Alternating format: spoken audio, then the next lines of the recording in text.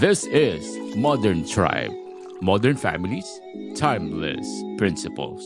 Welcome to our first episode of Modern Tribe, helping modern families embrace timeless values. Today is a very special episode because with me is my ever wonderful, pretty, only one wife, Gisela. How are you? I'm okay. Looking good, as always. Yes. So, pag-usapan natin yung topic for today. Kasi ikaw yung may pakanya. Ikaw ang nakaisip ng topic natin. Tell us more about our topic for today. Yes. Our topic for today is isa sa mga reason kung bakit may conflict sa relationships. Even sa marriages. Alam mo ba kung ano yan? Parang hindi ako makakalilid dyan. Well, of course, maraming things to talk about when we talk about problems in relationship. But I think the number one thing that most people can resonate with is unmet expectations. Yes. Tama ba? So, ano nga ba yung unmet expectation? Alam ko yan kasi mas marami akong experiences ng ganyan compared sa'yo. Unmet expectations. Let's say, syempre yung mga bagay na inaasahan mo from your partner, from your loved ones, na sana gagawin nila or kahit sasabihin nila for you, pero hindi nila nagawa or hindi nila nasabi. So yun, hindi nila na-meet yung inaasahan mo or what we call expectations. Yeah, I agree. May mga expectations tayo na siniset. I think kahit anong manhid mo pa, I think we set a different form of and levels of expectations. And if you are in a friendship, or family man yan, more so if you are in a relationship. Kahit sa work, meron din mga unmet expectations, diba? From your colleagues, employees, kahit sa boss mo, meron. That's true. But for this afternoon, we will talk about in the context of our relationship. So with that one, very important na yung topic natin is for the relationships between man and woman. And that's true. If the expectations are not met, there's conflict. 100% yan. Yes. I've experienced it most of the time. Although, iba-iba kasi. May mga expectations na, let's say, sinasabi natin, especially if siguro it has something to do with the schedule. Like, meet tayo at ganito so I expect you to be on time. Ganun. Right. May expectations na ganun. Na sinasabi at nagkakaintindihan talaga kayo. Right. However, yung mga mas nagiging reason ng conflict are yung mga unspoken. Mga hindi nasasabing expectations pala. Right. So, there are things na, let's say, I expected from you, pero hindi mo na-meet. Yan, doon nagko-conflict, doon nagsisimula yung kapuhan. I'm sure hindi ka masyadong makakarelate. Pag-usapan natin yan, between us, in the relationship, we are married for close to 1 year already. No! It's today. Yeah. Today is the day. So, today actually is Legally. our official 1 year. Kasi last year, May 29, 2023, we got married. And today, a year after, still happy and blessed ba, for sure. Yes, and doing our first ever podcast. Not bad. So, let's talk about yung mga examples natin, as a couple. Ikaw, ano yung pinaka-remarkable sa'yo na experience mo when it comes to expectations? So, di ba nga sabi ko, merong mga expectations na na set. Okay, nag-agree tayo. Ganun. Meron din mga expectations na hindi pala sinabi sa partner. Right. Kaya yun yung it results to conflict, diba? So, yung memorable na naalala ko, diba? It's actually implied or hindi ko sinabi. Ano siya, unspoken. That's why unmet na expectation. So, diba kasi we both like coffee, diba?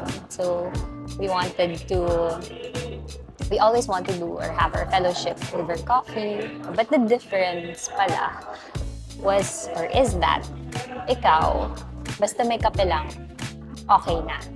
Sakto na yun. Tama. Fellowship na lang yung kulang.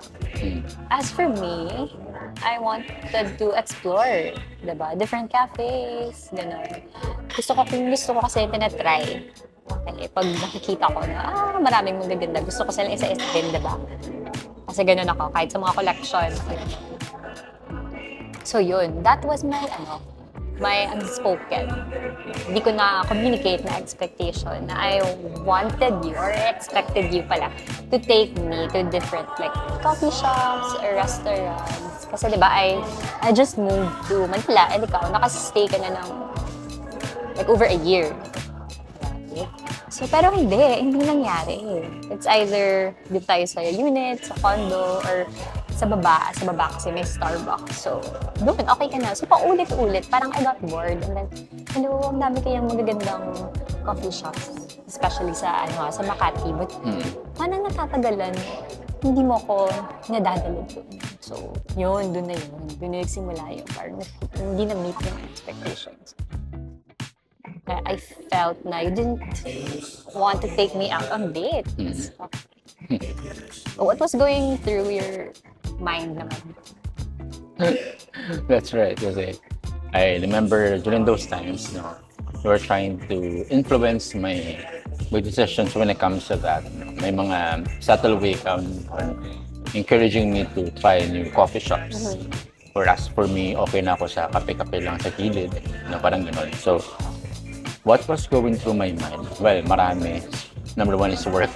Number two is siguro maybe yung gastos, yung practicality. But along the way, I realized it's not about what we spend or how much we spend. It's about time, uninterrupted time with each other. So, for me, parang yung experience na kahit saan with you, okay na sa akin. I was able to develop kasi boring din kasi kapag ulit-ulit lang. So, na-influence ka pa Yeah, na-influence ako. So, over time, I enjoyed yung mga new coffee shops natin na pinapuntahan. But not just yung new coffee shops because every time we experience new, parang yung mind natin na refresh. Yeah. So, yung system interrupt yung tawag. So, usual natin na habits, parang na-recalibrate siya. Parang change over in that sense. Yeah, but don't get me wrong. Quality time pa rin naman yung kahit sa unit nagkakape, diba? Kahit sa gilid-gilid, diba? I'm also for practicality. But if we can, diba? Take some time naman to explore new places, for the experience also. So why not, diba? Hitting two birds, nagko-quality time kami. Tapos may napupuntahan ka pang bago. Okay. But let's go back to the expectation. So actually, yun. Para siyang bank din na deposit, di ba? Yung frustration ko kasi hindi na-meet. Di ba? And I wasn't aware na I got frustrated. It was unfair pala sa part mo because you didn't know. Di ba? And parang it was a thing for me and then sa'yo pala hindi. Right. So that's like one parang flaw ng expectation na unspoken or hindi mo sinabi sa partner mo. Right? So, ba't ang question ko naman sa'yo? Ikaw, meron ka bang ganun? Ano kaya yung expectations mo for me before na hindi na-meet? Nahihirapan ka dyan for sure. Yeah, for sure. Perfect mo kasi. Well, there are many things going in my mind. Mga little things, I think. I think one of which is yung household chores. Kasi I think yung blueprint po was yung nakaugalian po. Of course, ako yung independent kami as a family. Yung mga siblings ko, they were in a way trained na once you are in this certain age, parang independent kami. Parang yun. So in my case, parang I had to find my way to clean the chores. Mga simple things like that.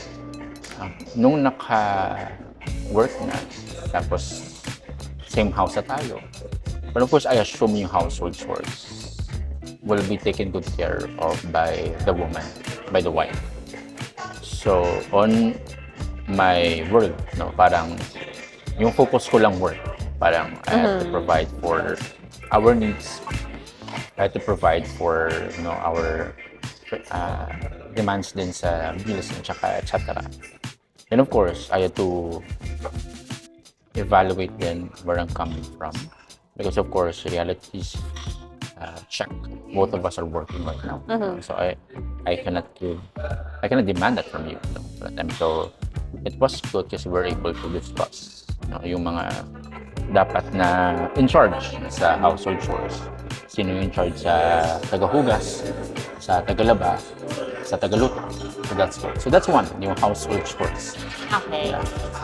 So, I think dun pumapasok yung mga rules, no? Ng, in our case, the husband and wife, maybe sa mga nanonood or nakikinig, meron tayong parang rules for a girlfriend or for a boyfriend. So, going back sa nangyari sa atin, no? So, you expected me to do all the chores. Because sa society natin, ganun naman talaga yung, diba? Yung usual. Yung normal. That the wives, sila yung in charge sa bahay. So, agree naman ako doon. However, yun nga, sabi mo, we're both working. So, in my case, na-mention mo rin yung blueprint. Yung kinalakihan ko naman, I was an only child. So, syempre, princess treatment ako from my mama.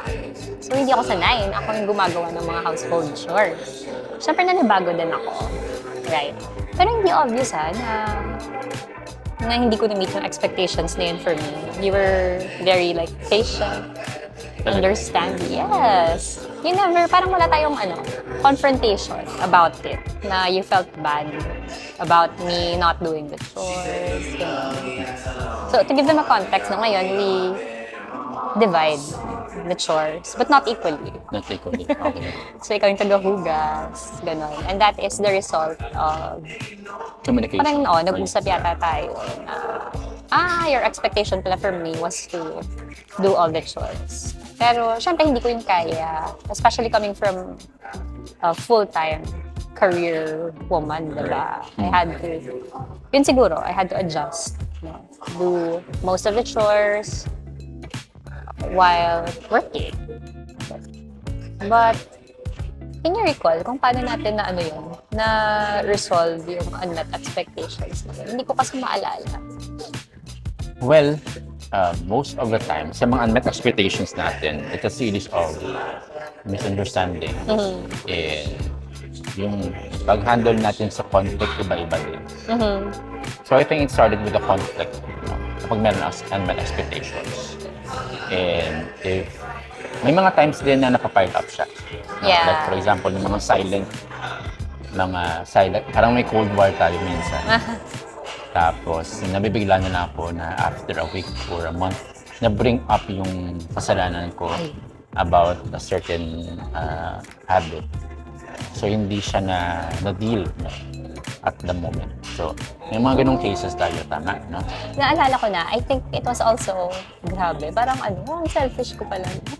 Parang, it turned out, for me, it was also my unmet expectations na you didn't help me with the chores. I also was expecting you to help me with the chores. Kaya siguro na-bring up yun. Imagine, because of all my unmet expectations, lumabas yung unmet expectation. Wow, yeah. Sure. Is that normal? Usually, siguro mas maraming, if there is a list of unmet expectations ng lalaki, and there's also a list ng babae, I think mas marami yung sa amin. Well, I believe iba-iba yung manifestation. Pero Yes. I think dyan papasok din yung inclination natin as lalaki or babae. Kasi in our end, generally speaking, we're leaning towards the logical part of our brain. In which kapag mayroong unmet expectation, tapos nag-away tayo kunwari, we want to get it solved right away. Our brain is parang hardwired to arrive on the solution so we can move on right away. I think indifferent na. How does it work? Yes, I agree. Yung mga babae mahilig, we stay quiet. Okay. Diba? And parang we want you to figure, okay, bakala ka na tatampo kasi naiinis ako sa'yo. Kailangan, you have to figure out why. Parang gano'n. Nagsa-silent treatment. Kaya kinakabahan yung mga lalaki pag nagsa-silent treatment yung mga babae. Yeah. So usually, pag gano'n, there can be an unmet expectation. If yung partner mo, tahimik na. Tapos hindi mo alam kung bakit. Nako, i-review mo na kung anong mga ginawa mo or yung mga hindi mo ginawa. That's true. Many times in our history in which parang yung silent mode mo is the loudest. Alam mo yung feeling na gano'n. Ano kaya ang nararamdaman ng mga Well, of ikaw? course, gusto ko talaga ma-solve siya right away. That's why sometimes I want to force you to speak out what you're feeling. But of course, I was so impatient din kasi I realize you want to process these things in a calm way. Kasi you're dealing it personally muna before you can settle it with me.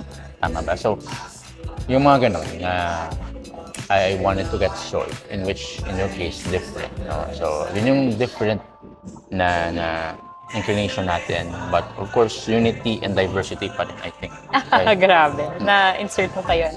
So, speaking of, meron talagang moments na, let's say, for example, inis na inis ako sa'yo, gano'n. So, I want, like, space. Okay, parang hindi naman yung matagal, diba? So, I'm grateful, no, that you're very patient with me, especially when I'm not ready to express kung ano yung kinatatampuhan ko, gano'n, for example. But it also helped that you parang encouraged me to communicate what it is that's going through my mind. Because usually yung mga babae, ganun nga, you have to read our minds, diba? Or read my mind, Nilio, and make me feel better. You have to meet this certain unspoken expectation, diba? But I realized that it's not the way for you, for a partner, to discover, diba? Kasi nga, very logical kayo. So, girls usually are very emotional. So, hindi kayo makarelate, di ba? And you always want to know, bakit kami nagtatampo? So, for the ladies, if you want your partner to make it up to you, tulungan mo siya. You have to tell your partner, no, what's the unmet expectation. Or ano yung ginawa niyang mali. Kasi hindi niya malalaman yan pag hindi mo sinabi. But for the guys, it's important to make your partner feel, secured. Right. No, that it's okay for them to tell you. So openness is important. And, being vulnerable. Diba? Hindi ka naman it's important for a partner to make the other one feel na hindi kita pagtatawanan. If you tell me, okay, what makes you upset? Right? So, it's important. May naread nga ako na communication is important. But, importante din na may comprehension. Naintindihan ng partner mo yung gusto mong iparating. Kasi no matter how much you try to communicate, kapag hindi yun na comprehend or na-receive well ng other party, chaotic pa rin yun. Yep. Yeah, that's true. And, that's so humble of you to adjust. They say you cannot change the wind, but you can adjust your sails. So, in your end, of course, yung emotions mo at the moment, especially kapag may unmet expectation, it will be very strong. It will control your entire system. That's why I remember during our early months in our relationship as married couple, you had this moment in which you would be pissed off because parang in your mind dapat nag-gets mo na. Parang ganun, you have to... Bakit hindi mo nag-gets? Parang hindi ko nag-gets siya. Pero in my end, parang slow ko naman. No? Parang hindi ko kasi mag-gets eh. Kasi that's why, very important yung communication. So, it's good right now because we are more transparent with our needs at saka feelings. And I think the good thing about being in marriage is you can be transparent with your needs at saka yung wants mo. Iba-iba kasi yung mga needs natin. So, you don't need to keep it to yourself. At the same time, you should not feel ashamed ng mga needs. Kasi individualized din yan, di ba? So, that's a good thing about yung being different but complementary. Yeah, but for those who are watching or listening, they also have to be very patient with themselves kasi hindi yun nangyayari in an instant. It took me time for me to be comfortable na sabihin sa'yo kung ano yung mga hindi mo ginawa. Because naturally, I really want you to figure it out yourself. Kaya lang, ako din naman yung mas matagal nagsasuffer kapag hindi mo nagigets. So it would be to our advantage, both of us, if sasabihin ko na lang, di ba? Kung ano yung mga gusto ko sanang gawin mo, pero hindi mo ginawa. Yeah. Okay. So which makes me want to ask if you think this is related sa love languages. Kasi isa rin yan sa mga topics na we wanted to discuss eh. Na-mention mo kanina, quality time, and well, let's needs. review muna yung love languages by Chapman. So, one of which is time. Quality time. Quality time. Pangalawa is words of affirmation. Pangatlo is gifts. No? Yes, Giving. receiving or giving. Pang-apat, physical touch. Yes. Pang-lima is acts of service. Wow. Right? Tama ba? So, Naalala mo lahat. good thing naalala. In your case, I think dominant tong sa quality time. Yes. And in my end, actually yung first ko is physical touch. Ako din. Nag-modify lang. Oh, naging? Right now, parang I enjoy more yung acts of service. Yeah. Or before, Words of affirmation. Oo. Parang nag-iba-iba. So, number one, I do believe na yung love languages should not limit you. So, I want to make this argument although nobody argues me. Na when it comes to love languages, may mga dominant tayo na love language. And it should not limit you. So, for example, I understand that your love language is quality time.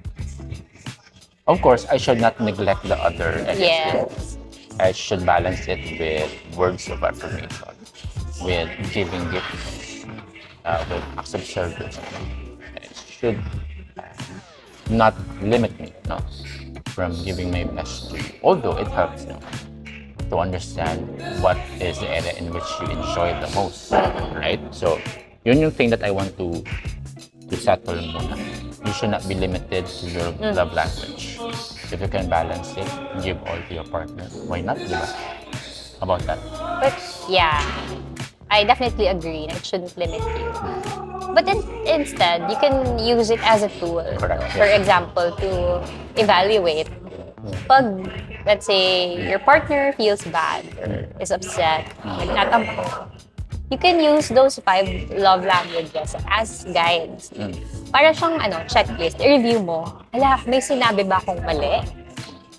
Na na-offend siya? Or baka hindi ko siya na-appreciate lately? O, diba? Acts of service. Na-serve ko ba yung partner ko? O baka naman she feels neglected kasi super busy ko lately. Or baka naman ang dami kong demands. Tapos pagod na pala siya.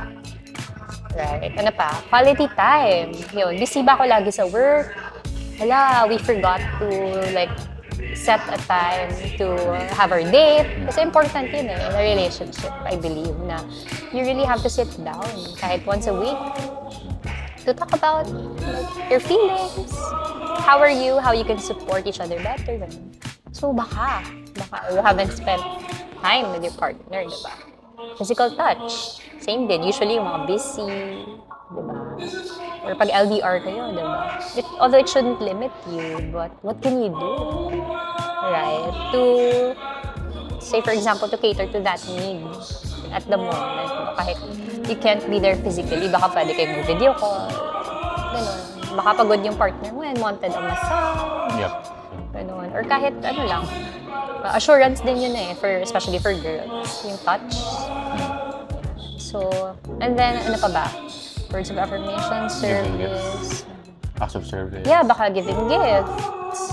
Diba? It's also one way of showing appreciation. Baka, for example, anniversary nyo pala, tapos wala kang binigay. It's not about the amount. Diba?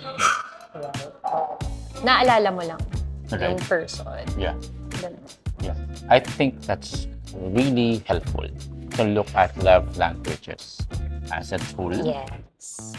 So that, because this, I believe this is universal. Regardless of your age, your gender, ethnicity, this applies to everyone. No?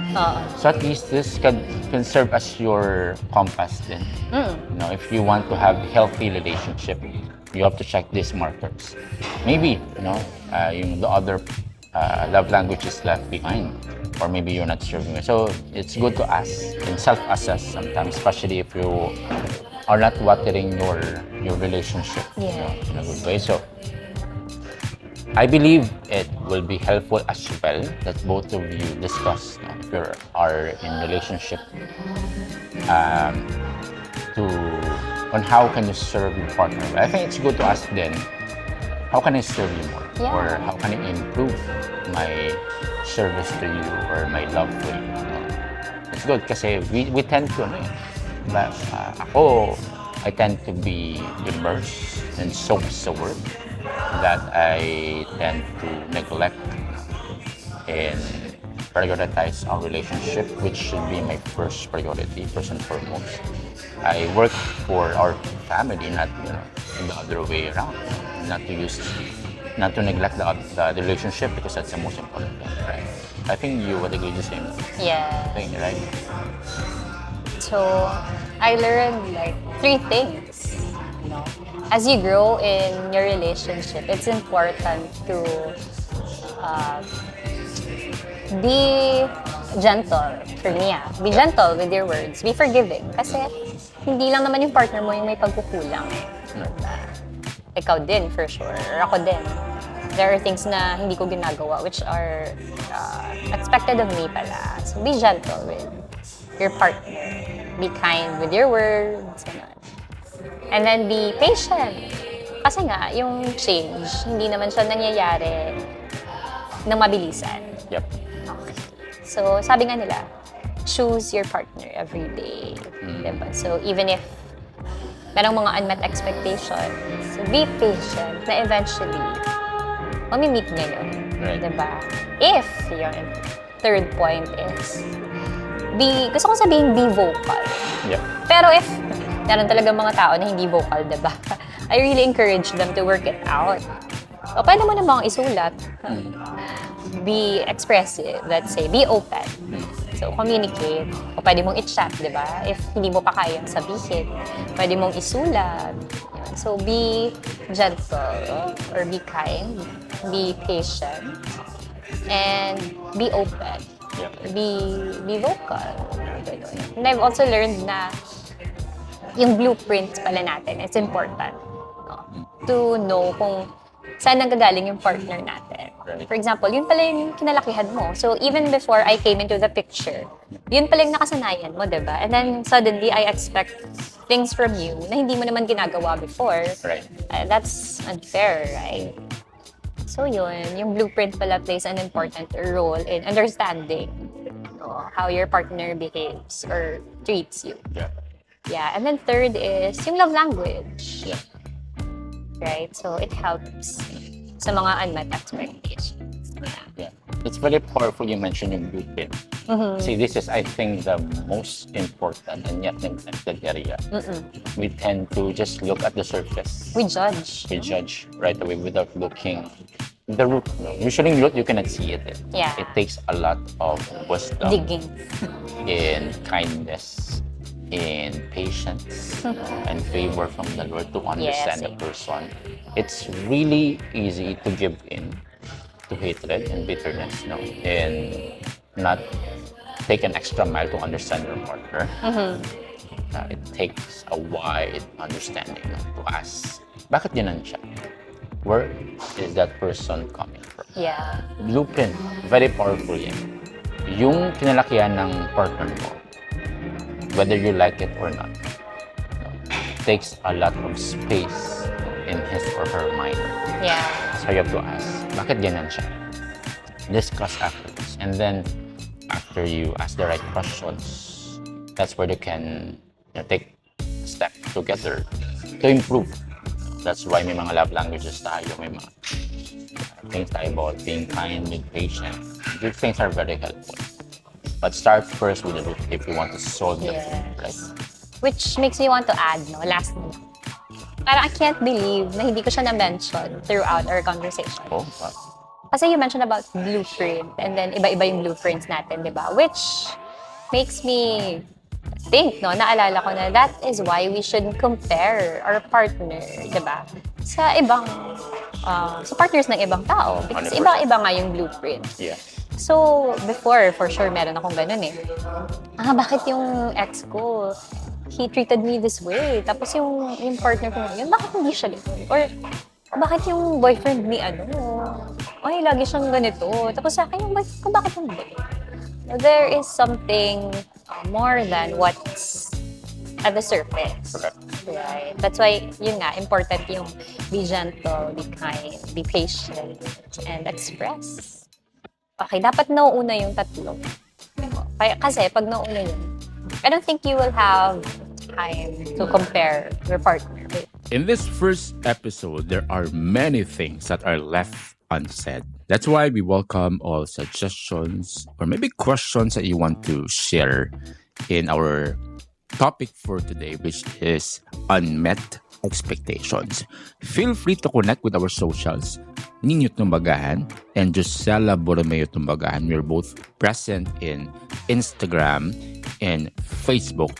Our prayer is that you grow not just in relationships, but also in wisdom and how you deal with your life. God bless you. This is Modern Tribe. Modern families, timeless principles.